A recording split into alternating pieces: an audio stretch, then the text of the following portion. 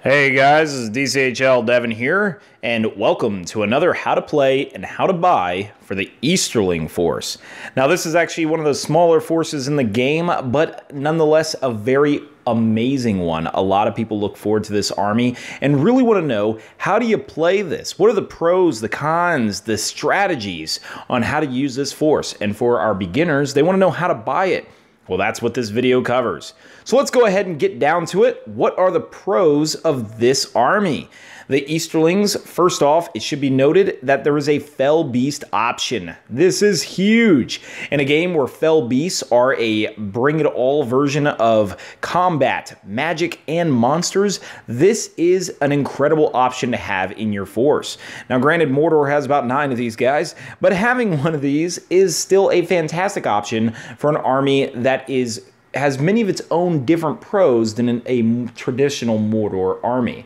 You'll notice that other armies like Isengard and Moria don't have Fell Beast options, so this is actually something to take note of. Now you also have high defense. You should think of this army quite a bit like a Gondor force. Gondor being that high defense 6, you've got it too. Except you've got it in spades more than Gondor. Why? Because when you have Pike Blocks, and yes, I said Pike Blocks, you have it D6 the whole way. So let's get right into it. The Easterlings have a Pike Block option for their halberds, which means that they use their halberds as pikes, but they can also carry shields along with it, keeping their defense 6. This is something that fiefdoms can't do, that Isengard can't do, that any other pike-bearing army is incapable of doing. So this is really something to take note of. This is an awesome pro. It allows you to put a solid weight of dice behind your attacks, because the Easterlings have a base strength of 3, just like their Gondorian counterpart. However, with so many dice, generally you're guaranteed to make a lot more kills. So this is something really important to keep note of when playing this army. Also, this is a kind of an unknown fact, but you have a 50% bow limit. Now, this is one of those decisions that Games Workshop made based on a manufacturing standpoint. See, the problem is there's a lot of bows in the box that you buy, and because you have so many, well, they gave you a 50% limit. This is something that can be taken advantage of. I mean, honestly, why not have an army of 50% bows and slaughter the enemy before they come to you? Now, there is a caveat on that, though, however, which I will get into in the cons. But for now, continuing with the pros, you have solid hero options in small point games. Now, note I say small point games. I will cover why later, but as of right now, we're looking at Amdur, a nice solid hero. He is combat worthy, able to take an Elven Blade at fight 6. Incredible options right there already, and counts as a banner. So he is kind of one of those heroes that when you have a small point game that you can only pick so few heroes, you have them all in a single package. This is a great option to have. You have Dragon Knights, who are also extremely effective fighters, and you have your Easterling War Priests, which we'll get into in a second. But before we go there, we have one last thing to note: fast-moving, high-armored Cav options. Now, this is awesome for the Easterling force. You not only have Armored Cav, just like your Gondorian counterparts, with Defense 6, but you have Armored Horses, which means Strength 2 bows aren't doing anything to you.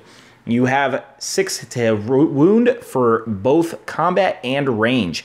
This allows your Cav to get into combat faster. Now, speaking of combat getting faster, you have drums as a standard option in your pack, for the cavalry option. This is really special because in order to get a drum, most armies have to use a, huge pointed model that's a hero, and it only is on foot. However, your army can spam drums on a Cav model itself and allow it to run with the pack. This makes you move a full 13 inches, which is actually faster than even Sons of Errol or Rivendell Knights. Granted, you cannot charge if you do this, but it does allow you to traverse the field at an extremely high rate. Next, in the Cav options, you have Chariots. Now, I'm not going to include the regular Chariots on this, as they are far too expensive for how easily they are killed. But what we can note is the captain models and king models of the Khandish who can bring chariots with them. And this is awesome. In a game where you're often trying to remove the mount from the model, you really want a mount that can survive, and a chariot is the king of doing so. At defense 6 and 3 wounds, you are really guaranteed to have your kings and captains just stay in the fight with their mounts, and they will constantly get a monstrous cav charge. That means they can knock down trolls, people. They can knock down other cavalry. This is incredibly important to take note of, and something that should be used. Now, getting back into it, the high priest of the Easterlings, the war priest, is highly valued, but he's really got to be protected over 500 points, because really where he's valued at is his fury option. His fury is different from anyone else in the fact that he protects all models within the Easterling kingdoms. Not only does this include Khandish, but this includes Kamul. All right, so your own Ring Wraith that I just mentioned earlier will get 5-up saves with a Channeled Fury. Not only that, but he also protects your mounts. Remember that a Cav model is a mount and its rider. It is considered 2 separate models on a single model, which means that the horse itself is protected by Fury with only the Easterling War Priest. This is the only Fury in the game that does that. Most of them identify a race in order to be affected, but yours identifies an entire faction. So this is Chariots included, you name it. If it's in the Easterling realms and has a defense value and has a wounds value, it is protected by Fury. Something really awesome to note about their unit. He also has another ability called Blade Wrath. This is highly situational, but something that can be used in over 500-point games where Sap Will is extremely prevalent. So now that we've talked all about the awesome things about the Easterlings, let's get into the cons, because every army's got them. So over 500 points, this army really starts to lose. And when you have 700-800 point tournaments, most of your heroes even become useless. That's because they are an all eggs in one basket type of hero. Your heroes are highly avoidable and easily bogged down by troops. Not only that, but your heroes come in with this benefits package. Let's say, like we talked about Amdur earlier, being a banner. Well, he's your banner, he's often your general, and he's one of your high combat heroes all in a single package. Which means that if he's killed, you've just lost all of everything in a single blow. So this makes your heroes kind of limited in their function. You don't really have any of those powerful heroes like Boromirs and Aragorns, so you're forced to bring it down to these basic heroes who really just honestly are suited for a lower point game. So at higher points, also your Dragon Knights. I mean, they're good on a charge at first, but they become far too expensive, namely because they can't lead troops. So this is extremely important to pay attention to. I mean, you are much better off with generic captains, with generic hero models, and you can pick Amdur, but I certainly wouldn't make him your general. I would make something else your general, since Amdur is already going to be a high target. Also, don't rely on Amdur to be your banner model, because now you're throwing your banner into combat and it can't be picked up. You don't want to throw your banners into combat. Think of his banner as a gimmick, something that can be used but shouldn't be your only banner. You really do want something else. This is a fundamental problem of the Easterlings. Also with the Easterlings, you are looking at a Strength 2 bows are not terrific with a 4-up shoot value. So even though you have a 50% limit, it's not that fantastic. And lastly, with the Easterling cons, we have to note that they have a really small troop selection.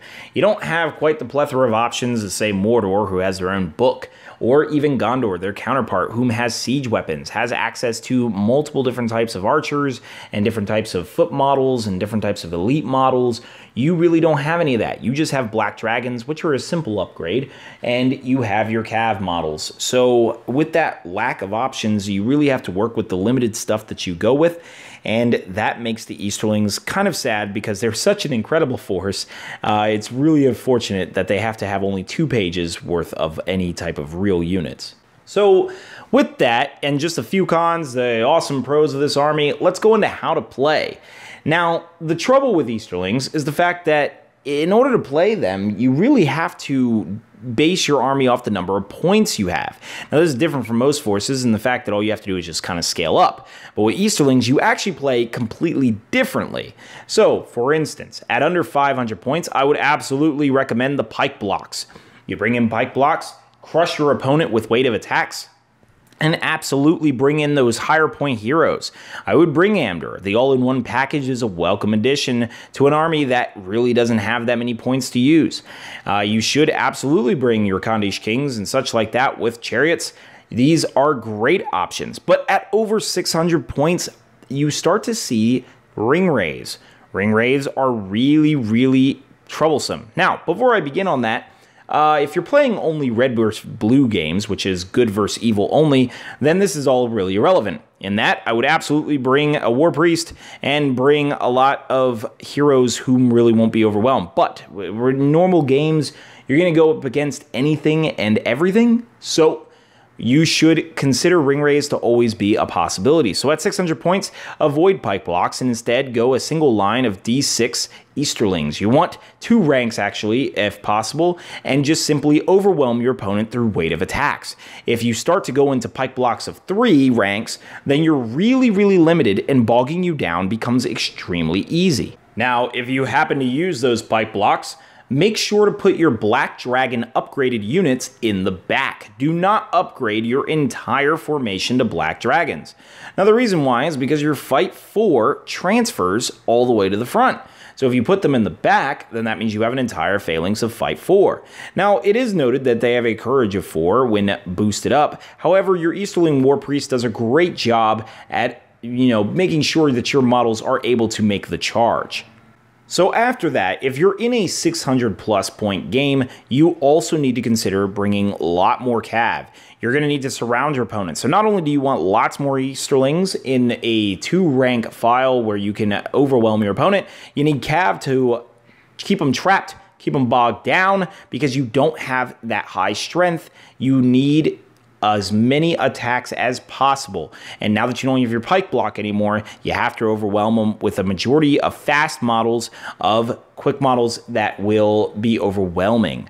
So at 500 and 600 points, I would use basic Cav, but at 700 and 800, you can use a Dragon Knight to lead the pack, maybe even a Heroic March if you want, if you don't have a drum, though I'd highly recommend a drum, and keep the Might to call heroic fights instead and start bouncing off units.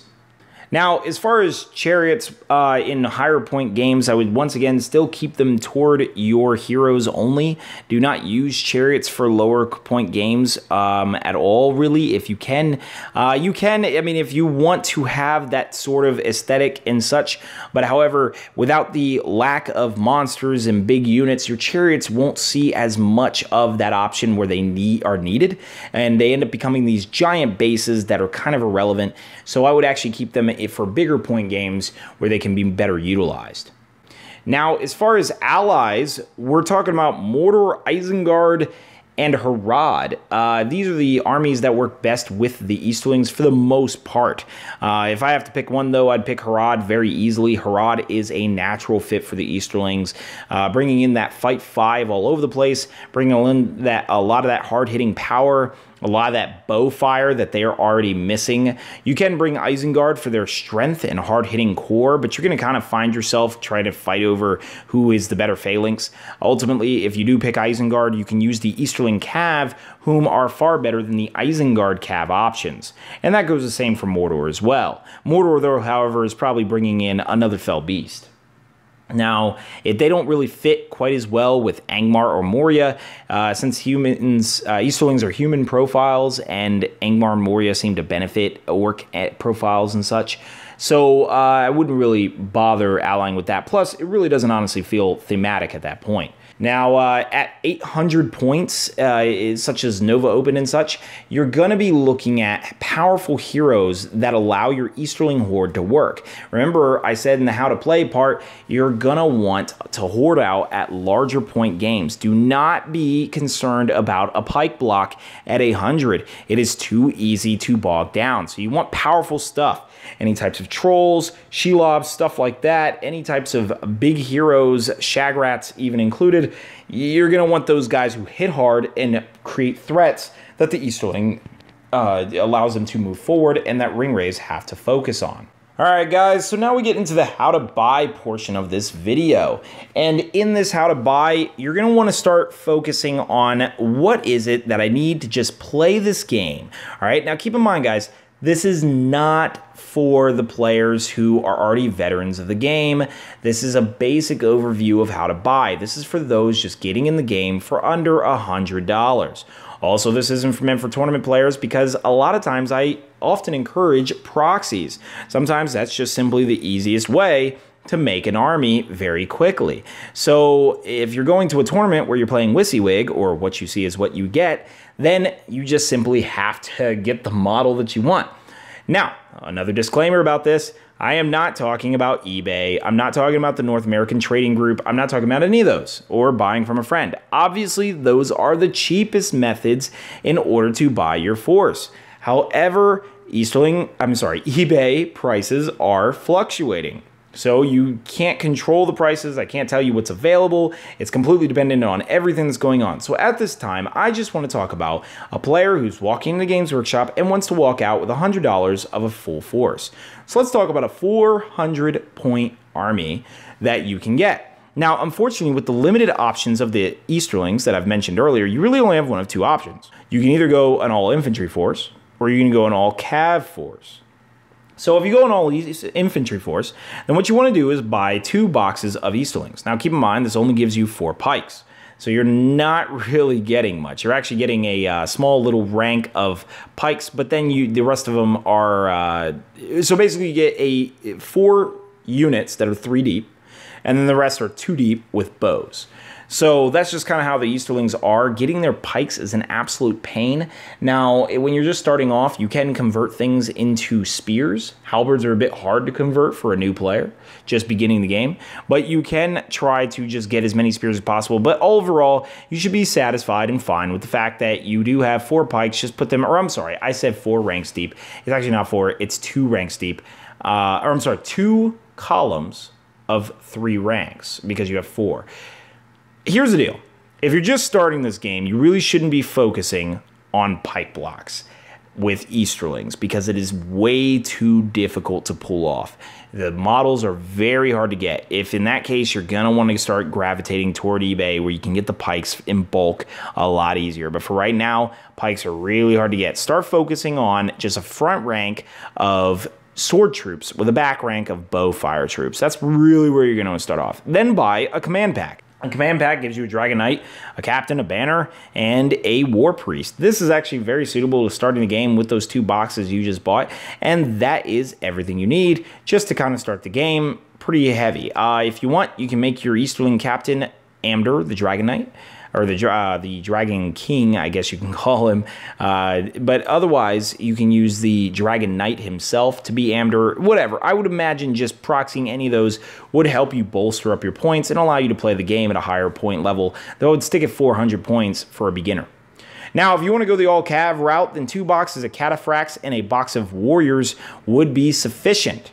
Now, you may notice that I didn't pick a command pack in there. The reason why is because in the box of Cav, you get a banner and you get a very distinct Easterling Cataphract who is easily proxied as a captain model. So with 2 boxes, you get 12 models, which is 2 captains, which are great for just running through. And honestly, you can proxy 1 as Amdur and 1 as a Dragon Knight.